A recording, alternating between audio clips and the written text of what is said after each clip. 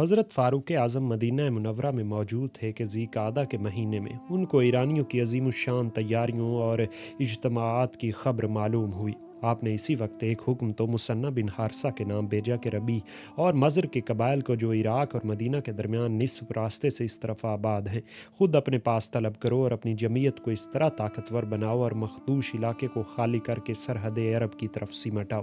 ساتھ ہی اپنے تمام عاملوں کے نام احکام روانہ کیے کہ ہر قبیلہ سے جنگجو لوگ جہاد فی سبیل اللہ کے لیے روانہ کیے جائیں۔ ان احکام کی روانگی کے بعد آپ حج بیت اللہ کے لیے مدینہ سے مکہ مکرمہ کی جانب میں سفر ہوئے۔ حج بیت اللہ سے فارغ ہو کر مدینہ منورہ واپس تشریف لائے تو ملک عرب کے ہر حصہ سے لوگوں کے گروہ آنے شروع ہوئے اور دیکھتے ہی دیکھتے تمام میدان مدینہ آدمیوں سے پر نظر آنے لگا۔ فاروق اعظم نے حضرت طلحہ کو ہراول کا سردار مقرر فرمایا، زبیر بن عوام کو میمنہ پر اور عبد الرحمن بن عوف کو میسرہ پر مقرر فرما کر خود سپہ سالار بن کر اور فوج لے کر روانگی کا عزم فرمایا۔ حضرت علی کو بلا کر مدینہ منورہ میں اپنا قائم مقام بنایا اور فوج لے کر مدینہ سے روانہ ہوئے۔ چشمہ زرار پر آ کر قیام کیا۔ اس تمام فوج میں لڑائی کے لیے بڑا جوش پیدا ہو گیا تھا، کیونکہ خلیفہ وقت خود اس فوج کا سپہ سالار تھا۔ حضرت عثمان بن عفان نے فاروق اعظم کی خدمت میں حاضر ہو کر عرض کیا کہ آپ کا خود ایران جانا مناسب معلوم نہیں ہوتا۔ فاروق اعظم نے تمام سرداران فوج اور عام لشکری لوگوں کو ایک جلسہ عظیم میں مخاطب کر کے مشورہ طلب کیا تو کثرت رائے خلیفہ وقت کے ارادے کے موافق ظاہر ہوئی۔ اس کا مطلب یہ کہ لشکری لوگوں نے خلیفہ وقت کے باحثیت سپہ سالار ملک ایران کی طرف جانے کو مناسب سمجھا، لیکن عبد الرحمن بن عوف نے فرمایا کہ میں اس رائے کو ناپسند کرتا ہوں۔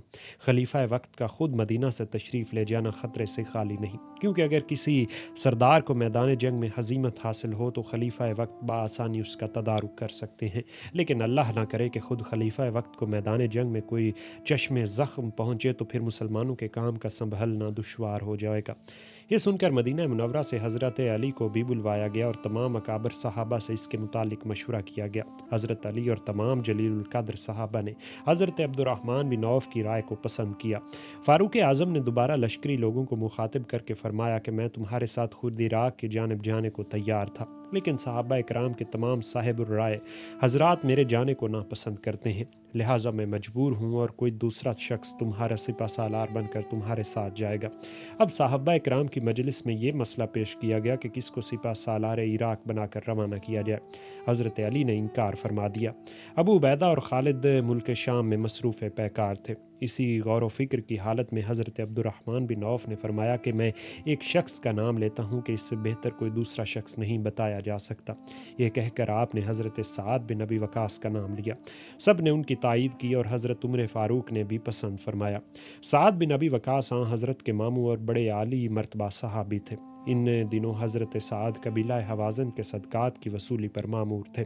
اسی وقت ان کو خط لکھ کر بھیجا گیا کہ فوراً مدینہ کی طرف آؤ۔ چنانچہ حضرت سعد چند روز کے بعد فاروق اعظم کی خدمت میں حاضر ہوئے۔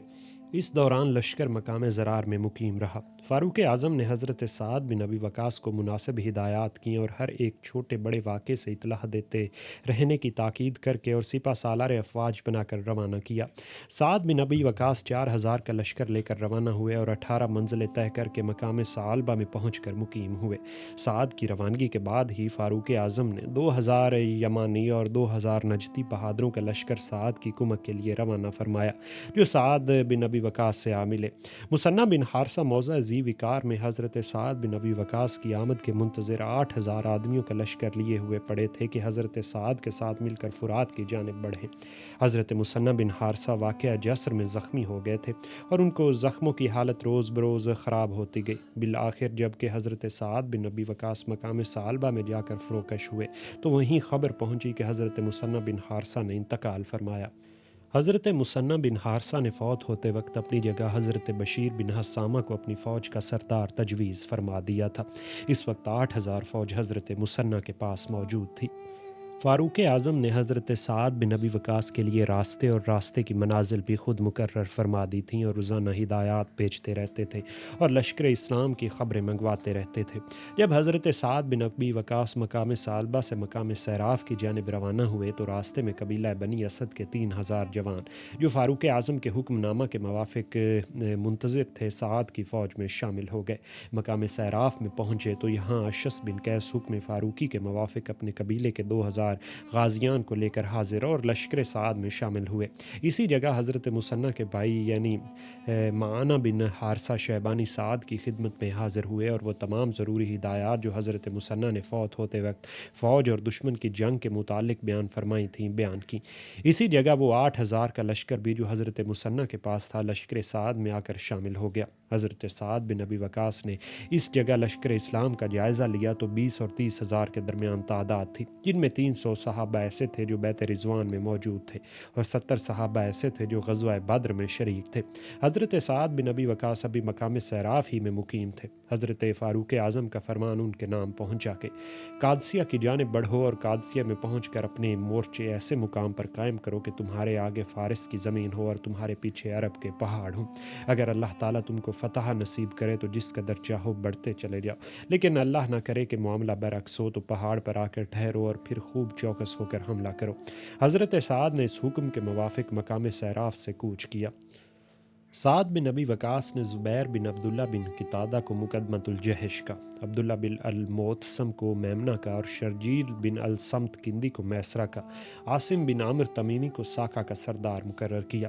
لشکر سعد میں سلمان فارسی سامان رسد کے افسر اعلیٰ تھے، عبد الرحمن بن ربیعہ بعلی قاضی اور خزانچی تھے، ہلال حجری مترجم اور زیاد بن ابی سفیان کاتب یا سیکٹری تھے۔ حضرت سعد اپنا لشکر لیے ہوئے مقام سیراف سے قادسیہ کی جانب جا رہے تھے کہ راستے میں مقام عزیب آیا جہاں ایرانیوں کا میگزین تھا۔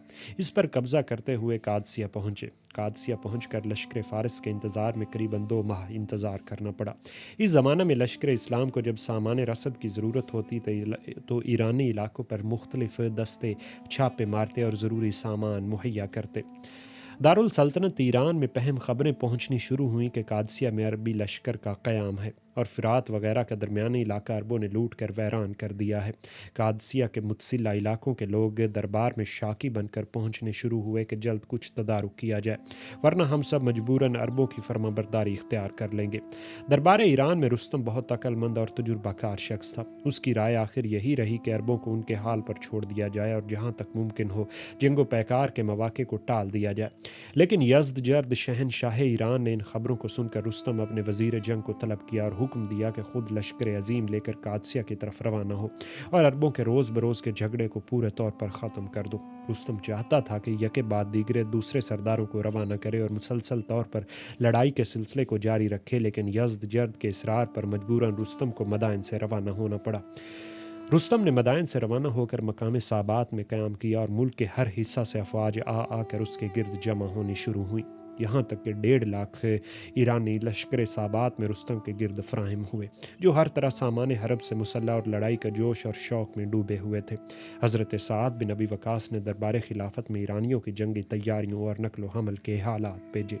فاروق اعظم نے حضرت سعد بن ابی وقاص کو لکھا کہ تم ایرانیوں کی کثرت فوج اور ساز و سامان کی فراوانی دیکھ کر مطلق خائف اور مضطرب نہ ہو، بلکہ اللہ تعالیٰ پر بھروسہ رکھو اور اللہ تعالیٰ ہی سے مدد طلب کرتے رہو، اور قبل از جنگ چند آدمیوں کی ایک سفارت یزدجرد شاہ ایران کے پاس بھیجو تاکہ وہ دربار ایران میں جا کر دعوت اسلام کے فرض سے سبق دوش ہوں، اور شاہ فارس دعوت اسلام کو قبول نہ کرے تو اس کے انکار کا وبال بھی اس پر پڑے۔ اس حکم کے پہنچتے ہی حضرت سعد بن ابی وقاص نے لشکر اسلام سے سمجھدار، خوش گفتار اور وجیح، بہادر اور ذی حوصلہ حضرات کو منتخب کر کے قادسیہ سے مدائن کی جانب روانہ کیا۔ اس سفارت میں جو قادسیہ سے مدائن کی جانب روانہ ہوئے مندرجہ ذیل حضرات شامل تھے: نعمان بن مقرن، قیس بن زرارہ، اشعث بن قیس، فرات بن حبان، عاصم بن عمر، عمر بن معدی کرب، مغیرہ بن شعبہ، معانہ بن حارثہ، عطارد بن حاجب، بشیر بن ابی رحم، حنظلہ بن الربیع اور عدی بن سہل۔ یہ تمام حضرات اپنے عربی گھوڑوں پر سوار راستے میں رستم کے لشکر کو چھوڑتے ہوئے سیدھے مدائن پہنچے۔ وہاں یزدجرد نے ان سفراء کے آنے کی خبر سن کر دربار کو خوب آراستہ کیا۔ جب یہ اسلامی سفراء دربار میں اپنی سادہ سپاہیانہ وضع کے ساتھ داخل ہوئے تو تمام دربار ان کو دیکھ کر حیران رہ گیا۔ اول یزدجرد نے ان سے معمولی سوالات کیے اور ان کو باثواب جواب پا کر دریافت کیا کہ تم لوگوں کو ہمارے مقابلے کی جرأت کیسے ہوئی؟ تم کس طرح اس بات کو بھول گئے کہ تمہاری قوم اس دنیا میں ذلیل اور احمق قوم سمجھی جاتی ہے؟ کیا تم اس بات کو بھی بھول گئے کہ جب کبھی تم لوگوں میں سے کسی نے سرکشی یا بغاوت کی تو ہم اپنی سرحدوں کے عاملوں اور صوبے داروں کو حکم دیا کرتے تھے اور وہ تم کو سیدھا کر دیا کرتے تھے۔ یہ سن کر حضرت نعمان بن مکرم نے جواب دیا کہ ہم دنیا سے بت پرستی اور شرک مٹانے کی کوشش کرتے اور تمام دنیا کے سامنے اسلام پیش کرتے ہیں۔ اسلام ہی کے ذریعے انسان سعادت حاصل کرتا ہے۔ اگر کوئی شخص اسلام قبول نہیں کرتا تو اس کو چاہیے کہ وہ اپنے آپ کو مسلمانوں کی حفاظت اور سرپرستی میں سپرد کر دے، جزیہ ادا کرے۔ لیکن اگر وہ اسلام اور ادائے جزیہ دونوں باتوں سے انکار کرتا ہے تو اس کے اور ہمارے درمیان تلوار فیصلہ کرے گی۔ یزدجرد اس گفتگو کو سن کر بڑا فروختہ ہوا، لیکن ضبط کر کے بولا کہ تم لوگ محض وحشی لوگ ہو، تمہاری تعداد بھی کم ہے، تم ہمارے ملک کے کسی حصے کی طمع نہ کرو۔ ہم تم پر اس قدر احسان کر سکتے ہیں کہ تم کو کھانے کے لیے غلہ اور پہننے کے لیے کپڑے دے دیں اور تمہارے اوپر کوئی ایسا حاکم مقرر کر دیں جو تمہارے ساتھ نرمی کا برتاؤ کرے۔ اس بات کو سن کر حضرت قیس بن زرارہ آگے بڑھے اور کہا کہ یہ لوگ جو تمہارے سامنے موجود ہیں رؤساء اور شرفائے عرب ہیں۔ شرفائے عرب ایسی لغو باتوں کا جواب دینے سے شرم کرتے ہیں، میں تمہاری باتوں کا جواب دیتا ہوں اور یہ سب میری باتوں کی تصدیق کرتے جائیں گے۔ سنو، تم نے جو عرب کی حالت اور اہل عرب کی کیفیت بیان کی، در حقیقت ہم اس سے بھی بدتر اور زیادہ خراب اور خستہ حالت میں تھے، لیکن اللہ تعالیٰ نے ہم پر بڑا فضل اور احسان کیا، ہماری ہدایت کے لیے نبی بھیجا جس نے ہم کو صراط مستقیم کی ہدایت کی اور حق اور صداقت کے دشمنوں کو مغلوب اور ذلیل کیا، دنیا میں فتوحات ہونے کا ہم کو وعدہ کیا۔ بس تمہارے لیے اب مناسب یہی ہے کہ تم ہم کو جزیہ دینا منظور کرو یا اسلام قبول کرو، ورنہ ہمارے اور تمہارے درمیان تلوار فیصلہ کرے گی۔ یزدجرد اس کلام کو سن کر آپے سے باہر ہو گیا۔ اس نے کہا کہ اگر سفراء کا قتل کرنا جائز ہوتا تو میں تم کو ضرور قتل کر دیتا۔ پھر اپنے نوکروں کو حکم دیا کہ ایک مٹی کی ٹوکری بھر کر لاؤ اور جو شخص ان میں سردار ہے اس کے سر پر رکھ دو اور اسی حالت میں اس کو مدائن سے باہر نکال دو۔ پھر بولا کہ رستم بہت جلد تم سب کو قادسیہ کی خندق میں دفن کر دے گا۔ اتنے میں مٹی کی ٹوکری بھی آ گئی۔ حضرت عاصم نے فوراً اٹھ کر وہ ٹوکری اپنے کندھے پر اٹھا لی اور کہا کہ میں اس وفد کا سردار ہوں۔ یہ سب حضرات یزدجرد کے دربار سے نکلے اور اپنے گھوڑوں پر سوار ہو کر مٹی کی وہ ٹوکری لیے ہوئے حضرت سعد بن ابی وقاص کے پاس پہنچے اور کہا کہ ملک ایران کی فتح مبارک ہو، اللہ تعالیٰ نے ان کے ملک کی مٹی ہم کو عطا کی ہے۔ حضرت سعد بن ابی وقاص بھی اس سے تفاول سے بہت خوش ہوئے۔ ان سفراء کی واپسی کے بعد دربار ایران سے رستم کے پاس صابات میں تازہ احکام پہنچے اور حکم کی سردار بھی روانہ کیے گئے۔ 60,000 فوج کا بڑا حصہ خاص رستم کی زیر کمان تھا۔ مقدمۃ الجیش کا سردار جالینوس تھا جس کے ہمراہ 40,000 کا لشکر تھا۔ 20,000 فوج ساکا میں تھی۔ میمنہ پر 30,000 کی جمعیت کے ساتھ ہرمزان اور میسرہ پر 30,000 کی جمعیت کے ساتھ مہران بن بہرام رازی تھا۔ اس طرح کل ایرانی لشکر کی تعداد 1,80,000 تک پہنچ گئی تھی۔ اس کے علاوہ 100 جنگی ہاتھی کلب میں رستم کے ساتھ تھے، 75 ہاتھی میمنہ میں اور 75 میسرہ میں، 20 ہاتھی مقدمۃ الجیش میں اور 30 ساکا میں تھے۔ اس ترتیب و سامان کے ساتھ رستم صابات سے روانہ ہو کر مقام کوثا میں پہنچا اور وہاں خیمہ زن ہوا۔ قادسیہ اور مدائن کے درمیان 30-40 کوس کا فاصلہ تھا۔ ایرانی اور اسلامی لشکروں کا فاصلہ بہت ہی کم رہ گیا تھا۔ طرفین سے چھوٹے چھوٹے دستے ایک دوسرے پر چھاپہ مارنے اور سامان رسد لوٹنے کے لیے ہر روز روانہ ہوتے۔ رستم لڑائی کو ٹالنا چاہتا تھا، اس لیے اس نے مدائن سے قادسیہ تک پہنچنے میں 6 مہینے صرف کر دیے۔ مقام کوثا سے روانہ ہو کر رستم قادسیہ کے سامنے پہنچا اور مقام عتیق میں خیمہ زن ہوا۔ دربار ایران سے بار بار رستم کے پاس تقاضوں کے پیغام آتے کہ جلد اربوں کا مقابلہ کرو۔ رستم یہ چاہتا تھا کہ بلا مقابلہ کام چل جائے تو اچھا ہے۔ چنانچہ اس نے قادسیہ پہنچ کر سعد بن ابی وقاص کے پاس پیغام بھیجا کہ تم اپنے کسی سفیر کو ہمارے پاس بھیج دو تاکہ ہم اس سے مصالحت کی گفتگو کریں۔ حضرت سعد بن ابی وقاص نے حضرت ربیع بن عامر کو سفیر بنا کر رستم کے پاس روانہ کیا۔ رستم نے بڑے تکلف اور شان و تجمل کے ساتھ دربار کیا، سونے کا تخت بچھوایا اور اس کے چاروں طرف دیبا اور حریر اور رومی قالینوں کے فرش کروائے۔ تکیوں اور شامیانوں کی جالریں سچے موتیوں کی تھیں۔ غرض حضرت ربیع بن عامر اس شان و شوکت والے دربار میں داخل ہوئے اور گھوڑے کا ایک گاؤ تکیے سے جو لبے فرش پر پڑا ہوا تھا باندھ کر تیر کی انی ٹیکتے ہوئے اور اس فرش کو چاک اور سوراخ دار بناتے ہوئے رستم کی جانب بڑھے اور بڑھ کر رستم کے برابر جا کر بیٹھ گئے۔